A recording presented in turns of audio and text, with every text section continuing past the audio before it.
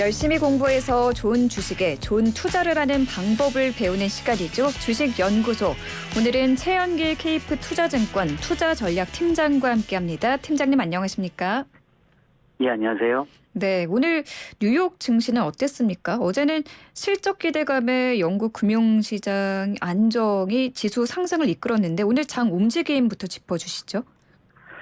이제 말씀하신 대로 이제 미국 증시가 이틀 연속 상승 랠리를 좀 시연했습니다만, 네. 좀 일일 그 변동성이 상당히 크고요. 그러니까 급등락이 좀 반복되고 있는 상황이고, 또 장중에도 좀 변동성이 좀 크게 좀 확대가 되고 있습니다. 그래서 투자 심리는 좀 여전히 좀 견조하지는 못한 것으로 저희가 판단을 하고 있고요.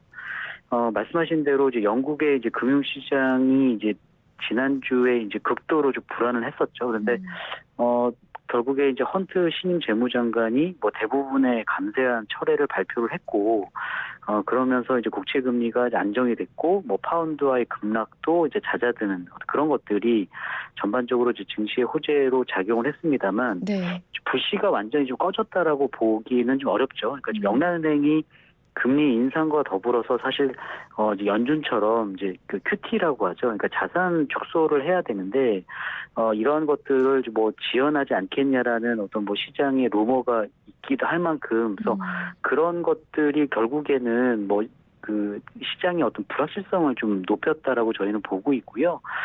뭐 여러 가지 뭐 아직까지는 뭐 시장의 분위기, 그러니까 뭐 알려져 있는 악재는 아직까지 좀 잦아들고 있는 상황이고, 좀 새로 나타났던 악재들, 뭐 영국 이제 금융시장 불안, 그리고 뭐 그러면서 이제 금리가 안정화되는 그런 상황에서는 좀 단기적으로 좀 그런 부분에서 랠리가 이어간 것이 아닌가라고 보고 있습니다.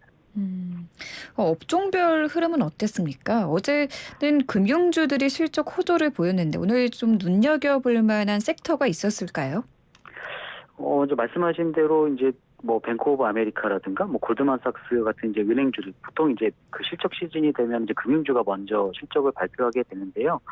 은행주들 같은 경우는 사실상 이제 향후 경기에 이제 어떤 불확실성이 높아지기 때문에 대손 충당금을 쌓아두어야 되는에도 불구하고 이제 금리 상승으로 이자 수입이 이제 큰 폭으로 이제 올라가다 보니까 예상보다는 좀 견조한 실적들이 발표가 됐고 금융주들이 어느 정도 좀 증시의 강세를 좀 견인했다라고 보고 있습니다. 그리고 뭐 뒤에도 말씀드릴 수는 있겠습니다만 이제 넷플릭스 같은 경우도 사실상 이제 장 끝나고 실적이 발표가 됐는데 신규 가입자 증가로 시간에 10% 넘는 어떤 급등세를 보여주고 있기 때문에 뭐 그런 것들 때문에 뭐 오늘 뭐 그 개장하는 어떤 흐름 자체도 일단은 뭐 기대감을 좀 갖고 있는 상황입니다.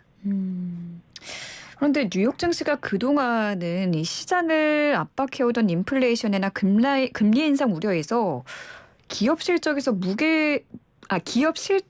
무게 중심이 좀 이동한 모습이거든요. 반등 기대감이 커지고 있는 모습인데 본격적인 반등을 기대해봐도 될까요? 뭐 아무래도 이제 실적 시즌이기 때문에 뭐 매크로 변수보다는 뭐 실적에 연동되는 어떤 주가의 흐름이 예상됩니다만 지금 사실상 이제 뭐 경기 측면에서 보면 뭐 상반기보다 하반기 그리고 또 이제 하반기보다 이제 내년에 어떤 경기의 어떤 불확실성이 높고 경기 둔화 내지는 이제 침체에 대한 우려가 높은 것이 사실이거든요. 그래서 네. 그런 측면에서 보면 결국에 이제 3분기 실적 자체도 중요하지만 여기서 이제 함께 발표되는 이제 가이던스 이런 것들이 상당히 중요하거든요. 그러니까 과연 3분기 실적 못지않게 향후의 가이던스를 얼만큼 긍정적으로 줄 수 있느냐가 상당히 중요한데 그렇게 낙관적으로 좀 기대하기에는 좀 어려운 부분이 있을 것 같고요. 방금 이제 큰 틀에서 이제 변화가 없다고 이제 말씀을 주셨는데 네. 저도 이제 그런 부분에서 좀 말씀을 드리면 지금은 어쨌든 뭐 경기 침체 우려 그다음에 인플레이션 하향 안정화 기대감이 약화되는 이게 다 공존하고 있는 상황이기 때문에 시장이 어느 한쪽으로 이제 기댈 만한 좀 언덕이 지금 없는 상황입니다. 그래서 뭐 그렇게 보면 뭐 물가 같은 경우도 뭐 계속적으로 시장이 예상했던 것보다 좀 덜 떨어지고 있고 연준의 어떤 그 스탠스 전환에 대한 기대감을 시장이 중간중간 가졌다가 다시 또 실망감으로 돌아서고 또 증시의 어떤 그 매도 압력을 높이는 어떤 이러한 어떤 과정들이 되풀이되고 있기 때문에 네. 이게 좀 보수적인 어떤 관점에서 또 시장을 좀 바라볼 필요가 있지 않나라고 생각을 하고 있습니다. 그러면은 이번 주에 테슬라, 넷플릭스 실적이 공개가 될 텐데 기업들의 실적은 어떻게 전망을 하시나요? 지금 이제 미국의 3분기 이익 성장률의 컨센서스가 뭐 어제 기준으로 보면은 이제 2%가 채 되지 않더라고요. 그러니까 그만큼 눈높이는 이제 매우 낮아졌다라는 의미가 되겠고요. 반면에 이제 기대를 가져볼 만한 것들은 이제 과거에 이제 S&P 500 기준으로 보면 어닝 서프라이즈 기업의 어떤 비율이 평균적으로 이제 70%를 넘어섰거든요. 그러니까 이번에도 과연 이제 그럴 것인가. 그러니까 이익 추정치 혹은 이제 기대감이 충분히 낮아졌기 때문에 이제 그 기대감을 조금만 뛰어넘는, 그러니까 예상치를 조금만 뛰어넘으면 시장은 또 그런 것들에 대해서 좀 이렇게 호재로 좀 받아들일 수 있는 부분이 있을 것 같은데 네. 그렇게 될지를 좀 지켜볼 필요가 있을 것 같고요. 테슬라 같은 경우는 사실상 수요 부진에 대한 우려가 좀 있는 상황입니다. 그래서 네. 이번 뭐 3분기 이제 전기차 인도량이 만약 부진할 때 과연 이것이 수요 약화 혹은 수요 부진에 기인한 것인지를 좀 확인해 볼 필요가 있지 않나라고 생각을 하고 있습니다. 이번 주에는 또 연준 인사들의 발언도 이제 슬슬 나올 텐데 어떤 말이 나올지 참 기대가 됩니다. 11월 연준이 금리를 어느 정도 올릴 것이냐를 엿볼 수 있을 텐데요. 자이언트 스텝이 사실 뭐 확실시되고 있는 분위기이기는 합니다만 어떤 부분에 좀 주목을 하면 좋을까요?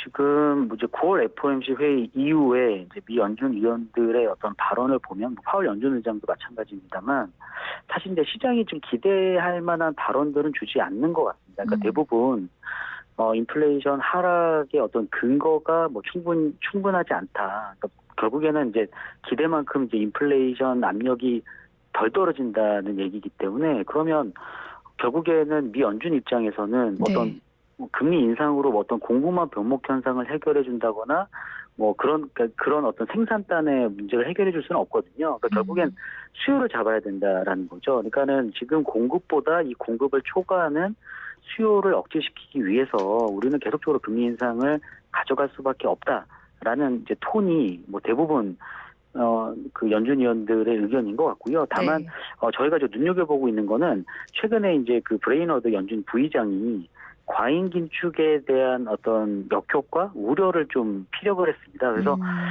지금 인플레이션 이제 하락 근거가 지금 충분치 않기 때문에 당장의 어떤 연준 피벗에 대한 기대감을 갖기도 어렵고 또 말씀하신 대로 11월 FOMC 회의 11월 초에 있는데 75bp 금리 인상 가능성은 이미 시장에서는 95% 이상, 그러니까 기정사실화하고 있는 분위기이기 때문에 그때까지, 그러니까 11월 FOMC 회의 전까지는 어떤 연준 어떤 긴축 강화에 대한 우려 이런 것들이 계속 어떤 시장의 좀 발목을 좀 잡을 수 있는 거 아닌가라고 생각을 하고 있습니다. 그럼 만약에 지금 자이언트 스텝이 90% 이상 유력한 상황인데 11월에 연준이 그 시장의 기대대로 자이언트 스텝을 받게 되면은 그런 좀 기대했던 대로 흘러갔다라는 안도감에 시장이 좀 활기를 띨 수 있을까요? 물론 그럴 수도 있죠. 그러니까 그건 이제 통화 정책 이제 불확실성 해소 측면에서 시장이 좀 안도할 수도 있겠습니다만 지금 이제 연내 이제 12월 중순에 이제 FOMC 회의가 한 번 더 남았잖아요. 네.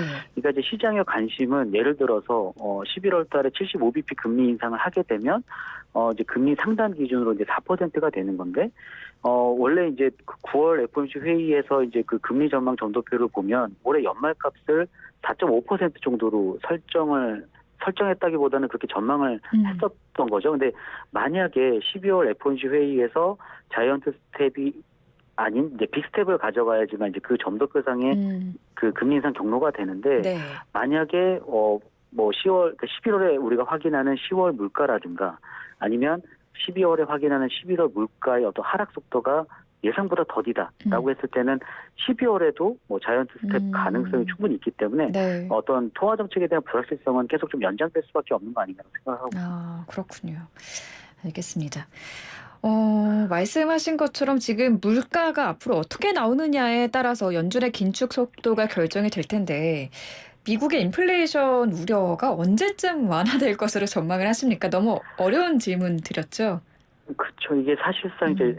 연준도 이제 정확히 파악이 안 되기 때문에 네. 결국에는 데이터를 이제 보고 확인하고 음. 후행적으로 움직이겠다라는 거잖아요. 근데 이제 어쨌든 저는 뭐 네. 지금 그 물가가 결국에 이제 상품 물가보다는 서비스 물가의 상승 압력이 지금 높아지고 있다라는 특징. 그 다음에 음.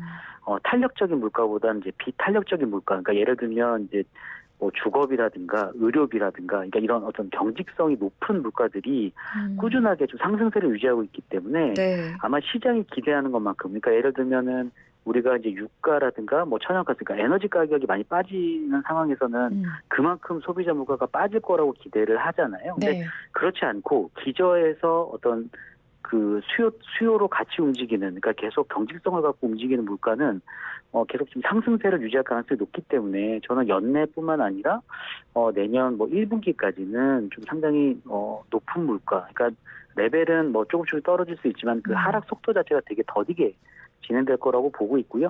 인플레이션의, 그러니까 그 경직성이 높은 물가의 정점, 그러니까 결국에 주거비가 언제 정점을 확인할 것인가를 살펴볼 필요가 있는데, 저희는 1분기에서 2분기 넘어가는 시점에 좀 주거비가 좀 오히려 좀 빠르게 좀 내려가면서 오히려 그 이후부터는 좀 인플레이션 하락 속도가 시장의 기대만큼 좀 나올 수 있지 않을까라고 좀 보고는 있습니다. 내년 1분기까지는 인플레이션 하락 속도가 더딜 것이다. 이렇게 전망을 해주신 거죠?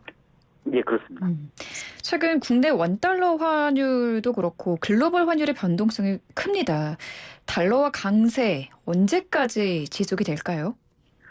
이게 지금 이제 달러와 강세가 결국에는 뭐 미국 증시 혹은 이제 미국 경제에도 사실 부정적인 영향을 미치긴 합니다만, 네. 지금 뭐 바이든 정부 입장에서는 인플레이션을 잡아야 되기 때문에 달러와 강세를 좀 용인하는 그런 분위기인 것 같고요. 아무래도 이제 미 연준의 긴축이 계속적으로 강화되고 있기 때문에 그러한 상황에서 어떤 달러와 강세 좀 불가피한 상황이고, 국내 같은 경우는 지금 주식뿐만 아니라 채권 시장에서도 지금 상당 부분 자금이 이탈했었던 상황이었고, 무역 수지 같은 경우도 지금 국내 수출 같은 경우는 이제 과거 두 자릿수 대 증가율에서 지금 한 자릿수 대 낮은 증가율을 기록을 하고 있고, 반면에 수입 같은 경우는 수입 물가는 에너지 가격으로 올라간 부분, 원화 약세 때문에 올라간 부분 때문에 네. 무역 수지도 지금 적자를 보이고 있거든요. 그래서 이런 부분들이 원화의 어떤, 그러니까 원달러 환율의 상승 압력을 계속적으로 좀 높이고 있는 상황이고요. 아마 달러화 같은 경우도 고점이 이제 달러 인덱스 기준으로 115포인트 수준인데, 아마 이 수준까지 재차 올라갈 가능성도 좀 열어둬야 될 것 같습니다. 왜냐하면 연준의 긴축이 네. 연내에 끝날지 혹은 내년 1분기까지 더 연장될지에 대한 불확실성이 좀 하나 남아 있고요. 또 하나는 이제 달러화 대비해서 주요국 통화, 그러니까 좀 우리가 이제 기축 통화로 좀 인식되는, 뭐 예를 들어서 유로화라든가 파운드라든가 엔화 같은 경우가 모두 지금 달러화 대비 극심한 약세를 보이고 있거든요. 그러니까 네. 영국 같은 경우는 뭐 금융시장 불안, 뭐 유로존 같은 경우는 뭐 에너지 위기, 일본 같은 경우는 어쨌든 국채 손실을 막기 위해서 어쨌든 그 국채 금리를 통제하고 있잖아요. 그래서 이런 부분들을 좀 고려하면 달러화 강세 기조는 뭐 속도의 문제일 뿐이지 방향성 자체가 좀 빠르게 전환되기는 좀 어려울 거다라고 보고 있습니다. 알겠습니다.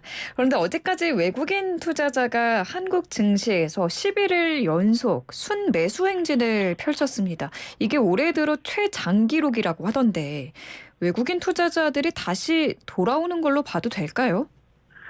뭐 일단은 말씀하신 대로 좀 생각보다 꽤 장기간 외국인의 순매수 기조가 좀 이어지고 있는데요. 근데 이제 매크로 불확실성이 뭐 앞서도 말씀드렸다시피 불확실성이 좀 여전한 상황이고, 국내 원달러 환율이 물론 이제 단기 고점에서는 좀 내려오긴 했습니다만 여전히 이제 1,400원대를 상회하는 구간이거든요. 그런 이제 가운데서 이제 외국인이 뭐 지금 계산을 해보니까 한 1조 9천억 정도의 외국인 자금이 유입이 됐었고, 오늘도 한 500억 원 가깝게 이제 순 매수가 좀 기록이 됐는데, 네. 이렇게 좀 보고 있습니다. 그러니까 사실 이전까지는 이제 코스피 지수 내 이제 외국인의 지분율이 이제 지금 한 30% 수준이거든요. 근데 이 수치가 과거 이제 2008년 글로벌 금융위기 때 28% 이후로 그 다음으로 이제 낮은 수준이에요. 그러니까 더 이상 이제 외국인이 매도를 더 쉽게 빠르게 가져가기. 그러니까 지금 금융위기 상태는 아니니까 더 외국인이 팔 건 없지 않는가. 그러니까 시스템 리스크가 재현되지 않는 이상 뭐 외국인이 더 팔 수 있는 수준은 아니다라고 보고 있고, 또 하나는 이제 그 올해 연초 이후 이제 코스피의 누적 수익률을 좀 봤는데 원화 기준으로 보면 한 24% 정도 되거든요. 근데 달러화 기준으로 보면은 마이너스 40% 정도 됩니다. 그러니까 기투자된 외국인 자금은 뭐 차치하고라도 예를 들어 신규 외국인 투자자 입장에서는 그만큼 이제 코스피가 싸진 거죠. 그러니까 가격 매력도가 높아졌기 때문에 그런 측면, 그리고 또 지속적으로 증시가 하락했기 때문에 지금 이제 과매도 인식에 따른 어떤 저가 매수세 이런 것들의 어떤 성격의 어떤 자금들이 좀 유입되고 있는 것이 아닌가라고 좀 판단하고 있습니다. 지금 뭐 미중 갈등이 계속 더 격화되고 있는 그런 모습인데, 그래서 여기에 따라서 이 대만 시장에 대한 우려도 커지고 있습니다. 한국 증시는 이런 상황 속에서 반사이익을 누렸다는 해석도 있던데요. 실제로 외국인들이 좀 전기 전자 업종을 많이 샀나요? 최근에 이제 외국인이 순매수 기조가 이제 지속됐을 때 사실 이제 IT 반도체 말씀하신 대로 그 업종의 어떤 수익률이 상당히 좀 견조하게 나타났고요. 말씀하신 대로 대만 시장, 그러니까 이제 미국의 어떤 반도체 수출 규제 우려에서 이제 우리나라는 이제 한시적으로 좀 유예를 받고 있는 상황이기 때문에 이제 그런 부분에서 반사 이익도 좀 어느 정도는 있었을 거라고 보고는 있습니다만, 네. 저는 이제 그것보다는 이 국내 IT 반도체 업종이 사실은 가장 먼저 조정을 받았었거든요. 그리고 또 조정 폭도 크다 보니까 이제 그 업종의 어떤 가격 매력도 자체가 좀 부각된 측면이 있을 것 같고요. 네. 또 하나는 이제 반도체 업종이 그러면 그 조정을 이제 크게 받았던 이유가 결국에는 이제 향후 어떤 경기 둔화, 수요 불확실성이 높은 상황이기 때문에 그런 부분들을 이제 선반영되면서 주가가 빠진 건데, 지금 이제 반도체 기업들이 대부분 감산이라든가 재고 조정을 통해서 지금 대응을 하고 있는 상황이거든요. 그렇기 때문에 약간 최악의 국면을 좀 지나가고 있는 것이 아닌가라는 좀 인식이 있을 수가 있고요. 또 실제 뭐 재고 순환 지표, 반도체의 이제 재고 순환 지표를 보더라도 역사적 저점 수준까지 하락 빠져 있는 상황입니다. 그렇기 때문에 네. 언제든지 이제 턴어라운드 할 수 있는 기대감, 이런 것들도 최근 어떤 IT나 반도체 업종 주가 상승에 좀 기여를 하고 있는 것이 아닌가라고 보고 있습니다. 지금 반도체 시장이 굉장히 어렵다고 하잖아요. 방금 턴 어라운드 할 수 있을 거라는 기대감이 시장에 깔려 있다고 말씀하셨는데, 내년쯤 되면은 반도체 시장이 다시 활기를 띨 수 있을까요? 어떻게 전망을 하세요? 지금 뭐 제가 반도체 업종을 담당하는 애널리스트는 아니긴 합니다만, 저희 하우스뷰는 이제 업황의 사이클을 보면 내년 하반기부터는 이제 돌아설 수 있을 거라고 보고 있는 거고요. 내년 하반기요. 그렇죠. 네, 사이클이 이제 전환되는 시점을 그렇게 보고 있고, 그런데 이제 예를 들어서 이제 주가는 사실 이제 그 전부터 움직일 수가 있는 게, 사실 반도체는 예를 들어서 실적이 지금 당장 좋지 않지만 예를 들어서 향후 어떤 실적 가이던스가 개선될 거다라는 기대감이 있다 보면 좀 먼저 주가가 좀 선행돼서 움직이는 좀 경향이 좀 있고요. 그리고 네. 또 디램 가격 같은 경우도 지금 계속 어쨌든 이제 재고 조정이 이루어지고 있으니까 계속 빠지고 있는 상황인데, 이게 이제 어느 정도 그러니까 충분히 어떤 감산이라든가 재고 조정이 이루어졌을 때는 디램 가격이 결국 이제 바닥권을 확인하고 이제 올라오는 시점이 결국에는 이제 업황 사이클이 전환되는 시점보다는 앞서 있을 테니, 그렇게 되면 반도체 업종의 주가의 흐름은 이러한 어떤 사이클 전환보다는 조금 더 선행돼서 움직일 수 있지 않을까라고 보고 있습니다. 네, 반도체 업황까지 짚어주셨고요.